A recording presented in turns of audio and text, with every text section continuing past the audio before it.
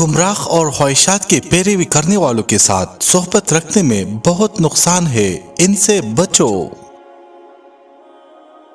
جس خدا نے آج روزی دی ہے وہی خدا کل روزی دینے والا ہے۔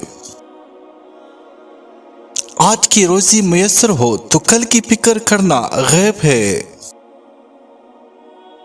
اگر وطن میں مقیم رہ کر طلب علم، طلب رزق اور اکتساب مالی کے اسباب میسر نہ ہو تو انسان کو ان مقامات کی جانب ضرور سفر کرنا چاہیے جہاں یہ فضیلتیں بآسانی میسر ہو سکے۔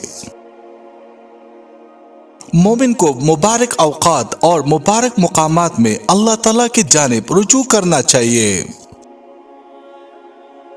دانا وہ ہے جو دھوکے کی گر کی کرنے کے بجائے بلا طاہر دائمی دار کی فکر میں لگ جائے اور بقدر کفاف دنیا پر گزارا کر کے ہمیشہ کی راحت پر نظر رکھے۔ ہر لمحہ موت کی گرفت کا دھیان رکھنا چاہیے، کہیں ایسا نہ ہو کہ عین غفلت میں روح قبض ہو جائے اور دنیا سے خالی ہاتھ واپس لوٹنا پڑے۔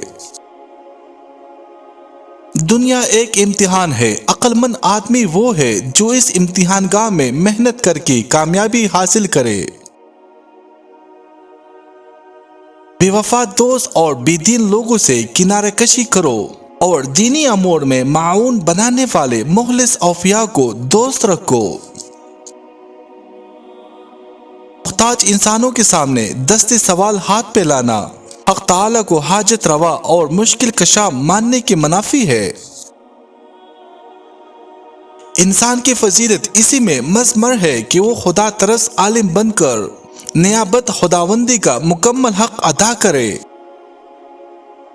جو سوپی جاہل اور بیوقوف ہو وہ خلافت کی ذمہ داری امانت داری سے انجام نہیں دے سکتا۔ جب کامیابی قریب آتی ہے تو انسان میں دو چیزیں ظاہر ہونا شروع ہو جاتی ہے۔ اول، وہ باعمل بننا شروع ہو جاتا ہے۔